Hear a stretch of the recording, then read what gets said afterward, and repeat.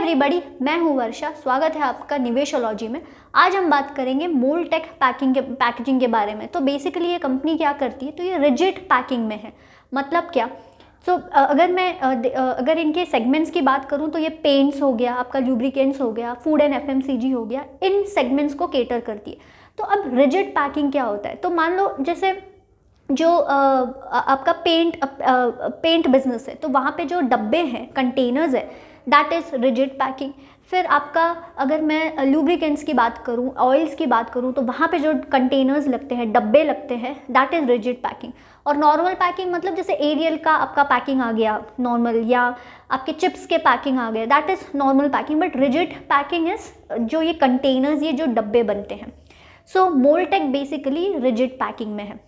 अब यहाँ पे भी अगर यहाँ पे भी IML और नॉन IML होता है। ओके, IML मतलब in mould, non IML is non in mould, तो मतलब normal packing, normal label. IML मतलब इन मोल्ड लेबल। अब देखिए, जब भी कंटेनर्स बनेंगे, वो सिर्फ कंटेनर्स नहीं बनेंगे, उसमें लेबलिंग का भी काम होगा।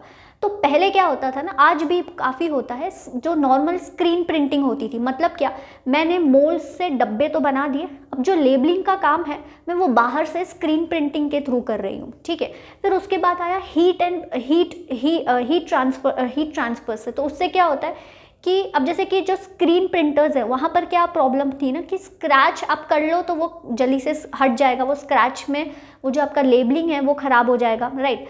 हीट एंड प्रेशर से क्या होता था कि हीट एंड प्रेशर के थ्रू वो लेबलिंग करते थे, लेकिन वहाँ पे भी as compare to screen printing, वहाँ पे भी स्क्रैचिंग में वो ख़राब हो जाता था। और जो IML है, इन मोल्ड लेबलिंग, यहाँ पे क्या होता है, यहाँ पर जब वो कंटेनर बन रहा है, उसके साथ साथ ही मैं लेबलिंग कर रही हूँ। जैसे फर्स्ट स्क्रीन में और जो हीट एंड प्रेशर था, उसमें दो प्रोसेस थे, एक तो कंटेनर बन रहा था और फिर मैं बाद में लेबलिंग कर रही थी। लेकिन IML में मैं कंटेनर्स जब बना रही हूँ, उसके साथ साथ ही मैं लेबलिंग कर रही हूँ। तो इसमें क्या होगा कि पहले तो जो प्लास्टिक होता है उसको गर्म करते, उसको पिघला के जब मैं मोल्ड्स में डालूंगी, उसके साथ साथ मैं लेबलिंग भी डाल दूंगी। तो उसमें क्या होगा, जैसे ही वो मेरा कंटेनर बन रहा है, उसके साथ साथ मेरा लेबलिंग का भी काम हो रहा है। This is called IML, in mould labelling. तो यहाँ पर प्रोसेस ही सिर्फ एक ही प्रोसेस हो गया, राइट। सो जो मोल्टेक है, मोल्टेक इज द वन जो IML का कॉन्सेप्ट बेसिकली लेके आया। और जो मोल्टेक ने ही, जैसे पहले क्या होता था, आप एशियन पेंट्स के डब्बे या ऑयल्स के डब्बे देखोगे तो वो टिन के होते थे, राइट, टिन डब्बे होते थे। लेकिन मोल्टेक ने ये प्लास्टिक का पूरा रिवाज लेके आया। तो अभी जो आप एशियन पेंट्स के डब्बे देखते हो, राइट, या बाकी सारे डब्बे देखते हो, तो 2000 प्लास्टिक के डब्बे बेसिकली जो मोल्टेक है उसने लेके आया। सो मोटा मोटा मोल्टेक पैकेजिंग में है। जो कंटेनर्स होते हैं आपके, तो वो फूड एंड FMCG में भी है, आपके ऑयल में भी है, लुब्रिकेंट्स जिसको बोलते हैं। तो कैस्ट्रॉल इनका क्लाइंट है, अभी BPCL से भी इनको कॉन्ट्रैक्ट मिला है। ओके, शेल इनका क्लाइंट है। फिर उसके बाद एशियन पेंट्स, नेरोलैक, बर्जर, काफ़ी बड़े बड़े जो पेंट कंपनी है वो इनके क्लाइंट्स है। अब अगर ऑर्गेनाइज्ड पेंट कंपनीज की मैं बात करूँ तो ऑलमोस्ट 25% इनका मार्केट शेयर है वहाँ पे। अब यहाँ पर ना तो जो ग्रोथ आई है इस कंपनी में, that is because of food and FMCG, जो हम आगे देखेंगे। तो अगर आप क्लाइंट्स देखोगे तो शेल हो गया, कैस्ट्रॉल हो गया, ओके, वाडीलाल हो गया, ITC, कैडबरी, हिंदुस्तान यूनिलीवर, तो बहुत सारे उनके क्लाइंट्स हैं, एशियन पेंट्स, बर्जर, नेरोलैक।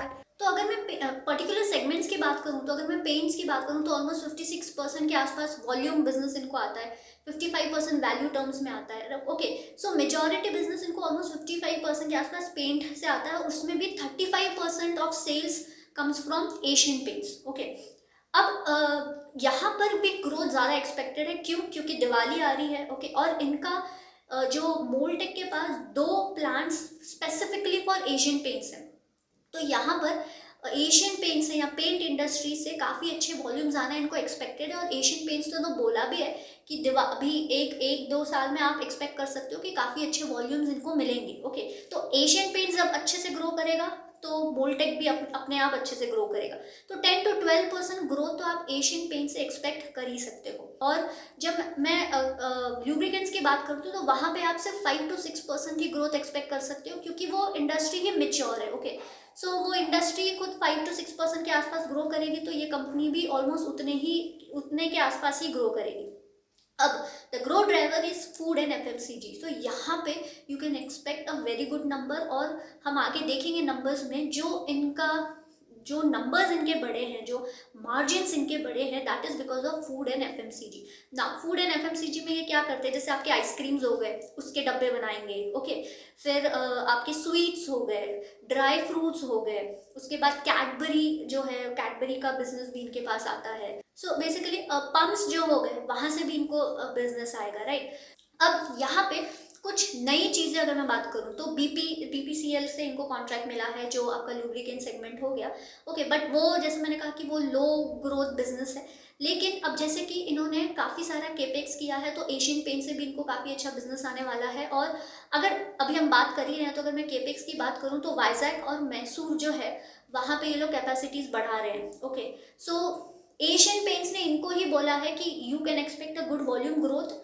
अभी जो टाइम आएगा, सो दिवाली हो गया, फिर आगे आगे भी वॉल्यूम ग्रोथ काफ़ी अच्छा एक्सपेक्ट कर सकते हो, तो वहाँ से आपको ग्रोथ आएगी। फिर जैसे स्वीट्स हो गया, आपका घी हो गया, तो ये दिवाली में बहुत इसको अपटिक डिमांड जा सकती है। फिर आपका जो पंप सेगमेंट हो गया, पंप सेगमेंट में भी हम क्वार्टर में बात करेंगे, नंबर्स की भी हम बात करेंगे, लेकिन यहाँ पे पंप्स मतलब आपका जो सैनिटाइजर के पंप्स हो गए, राइट, फिर आपका जो शैम्पूज हो गया उसके पंप्स हो गए। ओके, फिर इनहेलर्स जो हो गए। सो ये सारा पूरा पंप सेगमेंट को ये लोग केटर करेंगे ना। जो पंप्स का बिजनेस है, यहाँ पे जो एबिडा मार्जिन है, ये काफ़ी अच्छे मार्जिन इसमें आप एक्सपेक्ट कर सकते हो। ओके, ओवरऑल अगर आप देखोगे एबिडा मार्जिन, तो जो नॉन आईएमएल है वहाँ पे आप 14 के आसपास आप एबिडा मार्जिन एक्सपेक्ट कर सकते हो। लेकिन जो फूड वाला सेगमेंट है वहाँ पे एबिडा मार्जिन काफ़ी हायर लेवल पे है। और जो ये पंप्स वाला सेगमेंट है वहाँ पे भी एबिडा मार्जिन काफ़ी हायर लेवल पे है। ओके, लेकिन अगेन पंप्स में आपको वॉल्यूम चाहिए, तो जब तक अच्छा वॉल्यूम नहीं आएगा आपको नंबर्स अच्छे नहीं दिखेंगे। हम नंबर्स की बात करेंगे। अब जब मैं एबिडा मार्जिन की बात कर रही हूँ, why food and FMCG has higher margin, because आप सोचिए, आप कैडबरी हो, मैं मोल्टेक हूँ, तो कैडबरी का अगर मुझे, जो बीच में वो कोका का कुछ तो आया था, तो उसका अगर मुझे कंटेनर बनाना है तो मुझे स्पेसिफिकली आपके लिए वो पूरे मोल्ड्स लगाने पड़ेंगे। ओके, सो यहाँ पर क्या होता है ना कि इसी वजह से एबिडा मार्जिन थोड़े हायर होते हैं, क्योंकि कस्टमाइजेशन अवेलेबल होता है।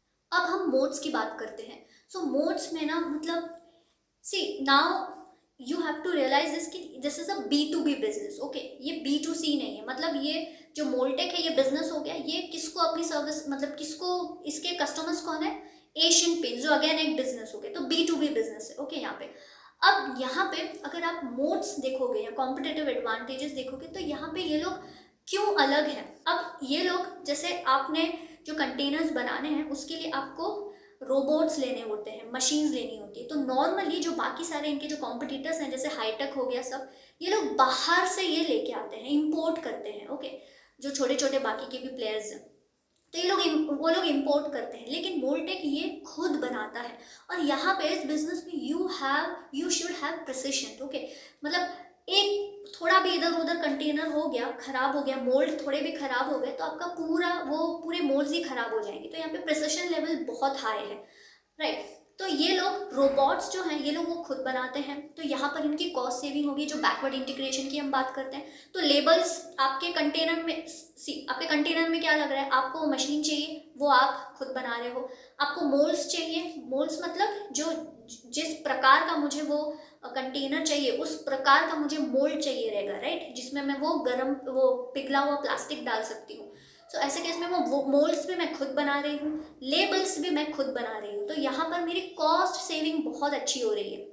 और वहीं पे जो रोबोट्स जो बाकी के लोग इंपोर्ट कर रहे हैं उनको महंगा पड़ेगा, मैं सस्ते दामों में खुद बना सकती हूँ, तो 50 to 60% सेविंग्स यहाँ पे मेरी हो जाती है। तो इसके वजह से मेरे मार्जिन्स एक तरह से इसी वजह से भी ज़्यादा है। तो आप हाईटेक के मार्जिन्स देख लो, हाईटेक के मार्जिन्स इतने अच्छे नहीं हैं। इसके दो रीजन है। एक तो जो मशीन्स की मैंने बात की, जो इन हाउस मैन्युफैक्चरिंग का इस मोल्टेक के पास एज है।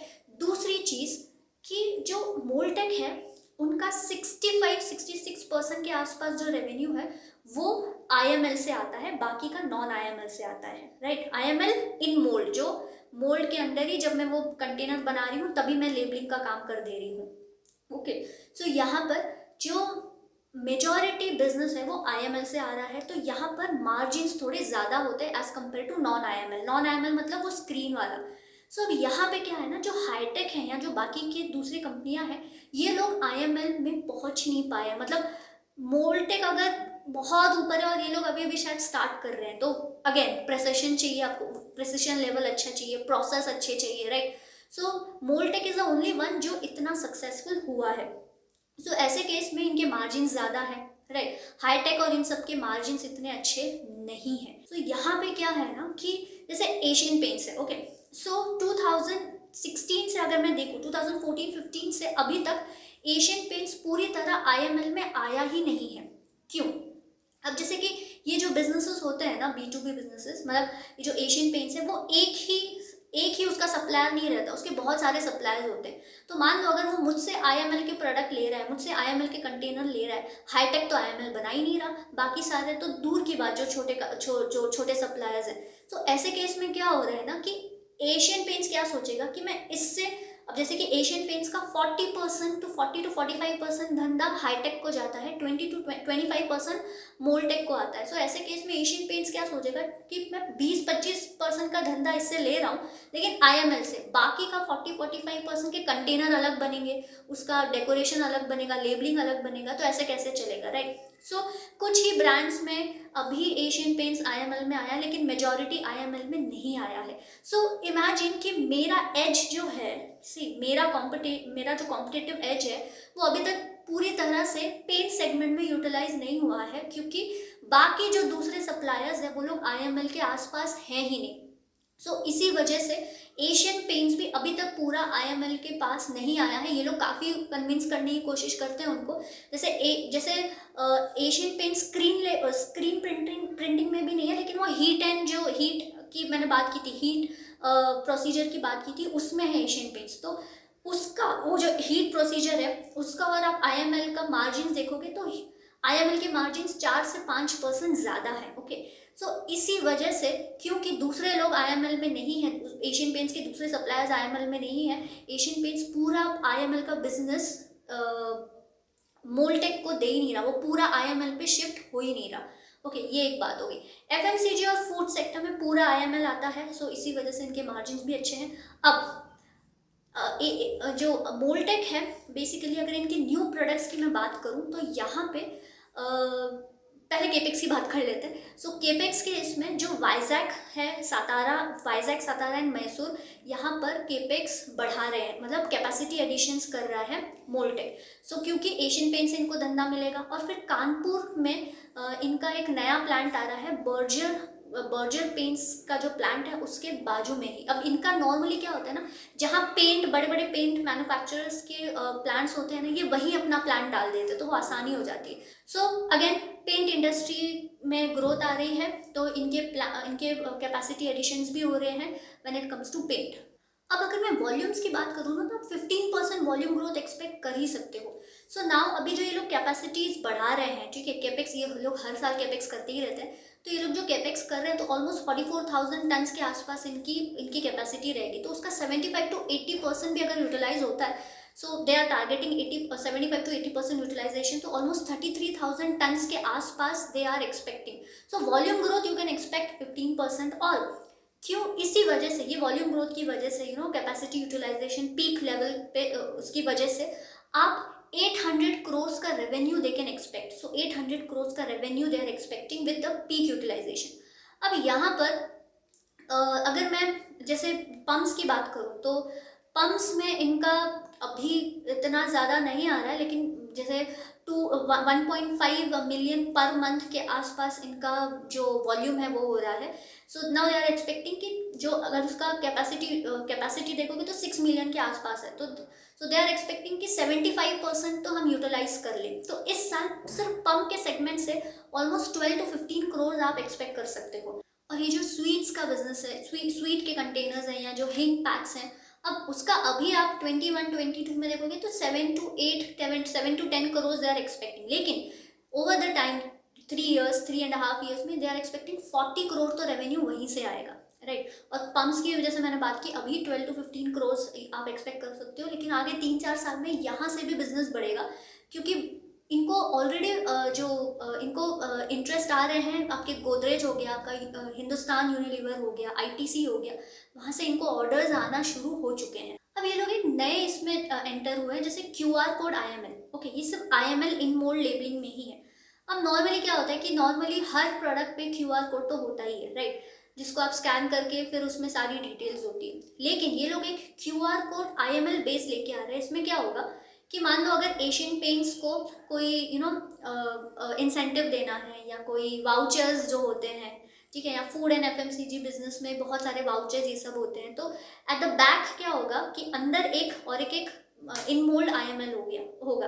तो अगर मैंने वो चीज़ खरीदी तो मैं स्कैन करूंगी, ठीक है, वो क्योंकि मुझे वो डिस्काउंट्स ऑफर्स चाहिए, तो मैं वो आईएमएल को क्यूआर कोड को स्कैन करूंगी और मेरा पूरा डेटा कंपनी को जाएगा। सेकेंड थिंग क्या होगी, यहाँ पर डुप्लीकेसी नहीं होगी। जो डुप्लीकेट प्रोडक्ट नॉर्मली लुब्रिकेंट्स में होते हैं, कि क्योंकि एक बार मैंने वो क्यूआर कोड यूज़ किया, दैट इज डैमेज्ड। अब अगर दोबारा उसी डब्बे को कोई यूज़ कर रहा है तो कंपनी को पता चल जाएगा, राइट। सो यहाँ पे जो डुप्लीकेट प्रोडक्ट्स का खत्म हो जाएंगे, काउंटर फीट जिसको बोलते हैं, उसकी प्रॉब्लम सॉल्व होगी, राइट। तो ये क्यूआर बेस्ड आईएमएल की दो बेनिफिट्स हैं। अब कैस्ट्रॉल जैसी कंपनियां जो हैं, जो ऑयल, जो ये लुब्रिकेंट्स कंपनियां, यहाँ पे डुप्लीकेसी बहुत होती है, तो यहाँ पे कैस्ट्रॉल ने ऑलरेडी ट्रायल बैचेस के लिए इनको ऑर्डर दिया है। एशियन पेंट्स को अभी ये बताए हैं, नेक्स्ट क्वार्टर में हमें पता चल जाएगा कि एशियन पेंट्स का इसका क्या व्यू है।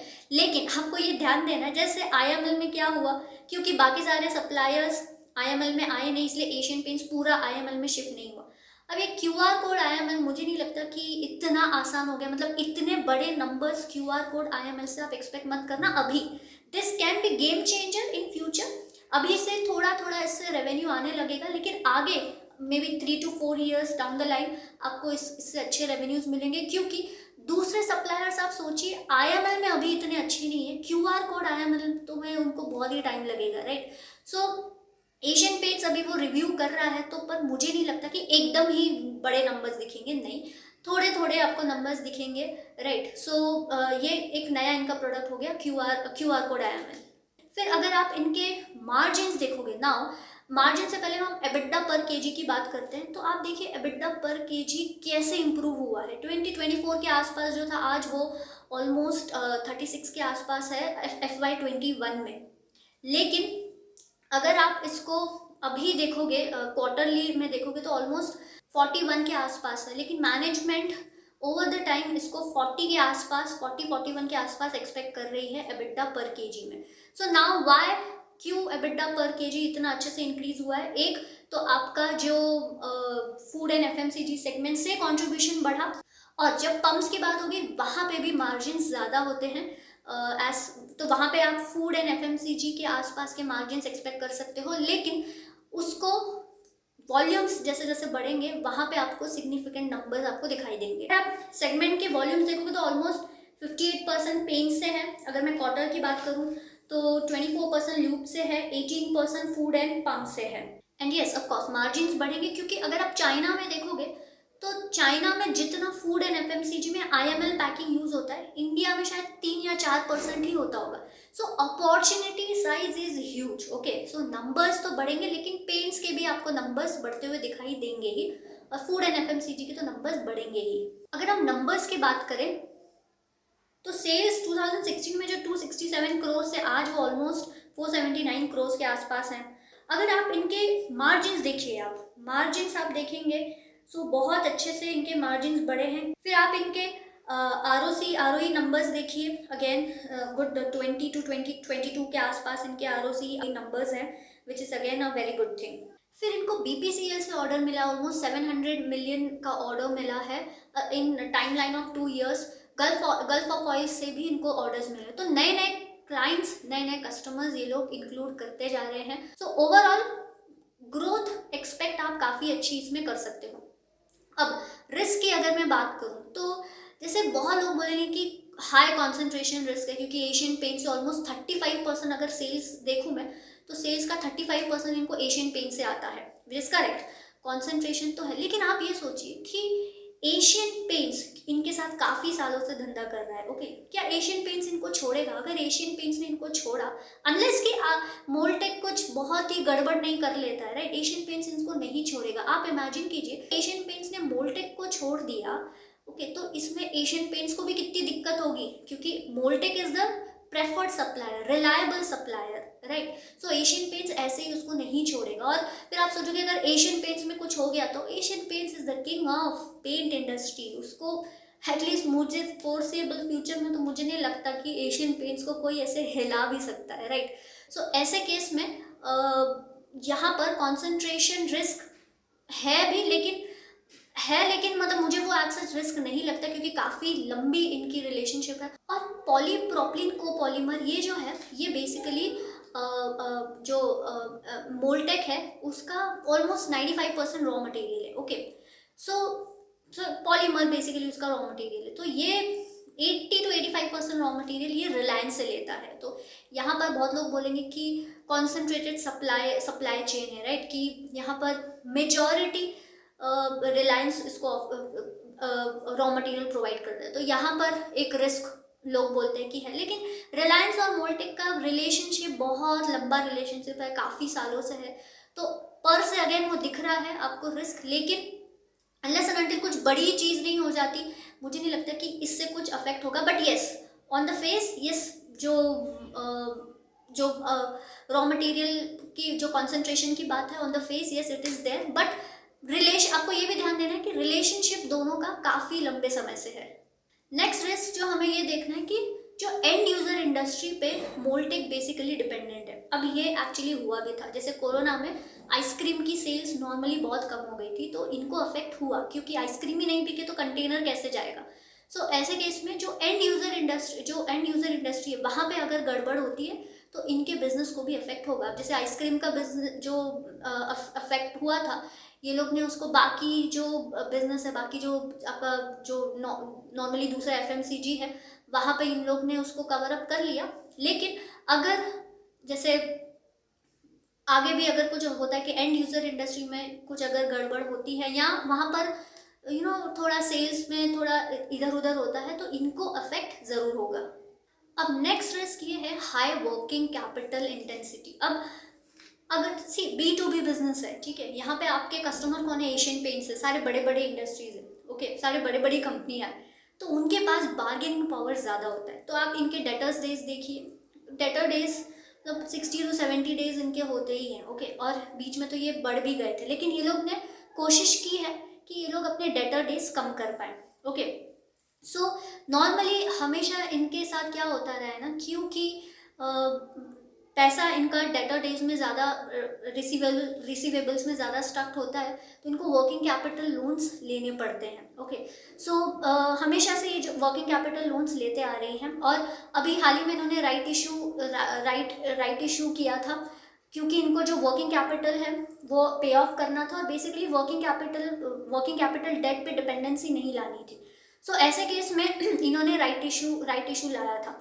अब आपको ये ध्यान देना है, क्योंकि आप यू कैनॉट एक्सपेक्ट कि डेटर डेज एकदम से कम हो जाएंगे, नहीं, क्योंकि B2B बिजनेस है, वहाँ पर debtor days as compare to B2C ज़्यादा होते ही हैं, ओके।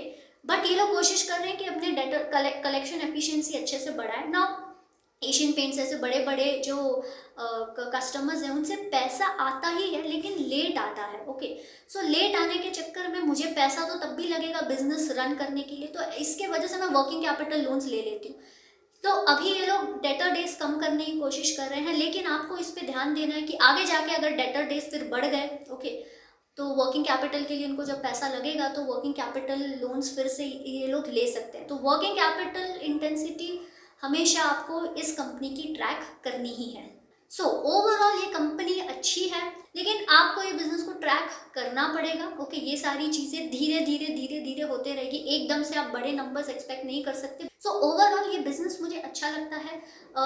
काफ़ी साइज ऑफ अपॉर्चुनिटी इस बिजनेस में है, लेकिन एकदम से जंप आपको नहीं देखने को मिलेगा। बट अच्छी कंपनी है और जो मैनेजमेंट है they are basically the technocrats जिसको बोलते हैं. So they are very good when it comes to how to handle business. So बहुत सारे जो भी इनोवेशंस लाए हैं ये इन लोगों ने ही लाए हैं. ओके, वैल्यूएशंस की अगर मैं बात करूं तो वैल्यूएशन मुझे ठीक लगते हैं, मतलब मुझे एकदम ज़्यादा भी नहीं लगते तो एकदम कम भी नहीं लगते. लेकिन शॉर्ट टर्म में हो सकता है कि करेक्शंस आए, लेकिन लॉन्ग टर्म के लिए मुझे ओवरऑल ये कंपनी अच्छी लगती है. एंड यूज़र इंडस्ट्री जो रिस्क है उसको भी आपने ध्यान रखना है. ओवरऑल मुझे ये कंपनी अच्छी लगती है. वैल्यूएशन मुझे ना ज़्यादा लगते हैं ना कम लगते हैं, ठीक ठाक लगते हैं. लॉन्ग टर्म के लिए या मुझे ठीक ठाक लगते हैं. शॉर्ट टर्म में आप करेक्शंस देखने को आपको मिल सकते हैं. और एक चीज़, रिस्क में आपको प्लेजिंग ऑफ शेयर्स देखना है तो ऑलमोस्ट 3% के आसपास इनका शेयर प्लेज्ड है. अब ये जो प्लेजिंग है ये प्रोमोटर की नहीं है, बट जो प्रोमोटर के रिलेटिव्स हैं, ठीक है, उनकी है. बट फिर भी pledging is not what we personally like, तो उस पर भी आपने ध्यान देना है. जो प्लेजिंग बेसिकली ये लोग कम करते आए हैं which is again a very good thing, but अभी भी 3% के आसपास 2.89 3% के आसपास इनका प्लेजिंग है. सो इन चीज़ों का आपने ध्यान ज़रूर रखना है. सो उम्मीद करती हूँ ये वीडियो आपको अच्छा लगा होगा. अगर हाँ तो प्लीज़ इस चैनल को सब्सक्राइब कीजिएगा, वीडियो को लाइक और शेयर ज़रूर कीजिएगा. हम मिलेंगे नेक्स्ट वीडियो में, तब तक के लिए अपना ख्याल रखिए. जय हिंद एंड नमस्ते.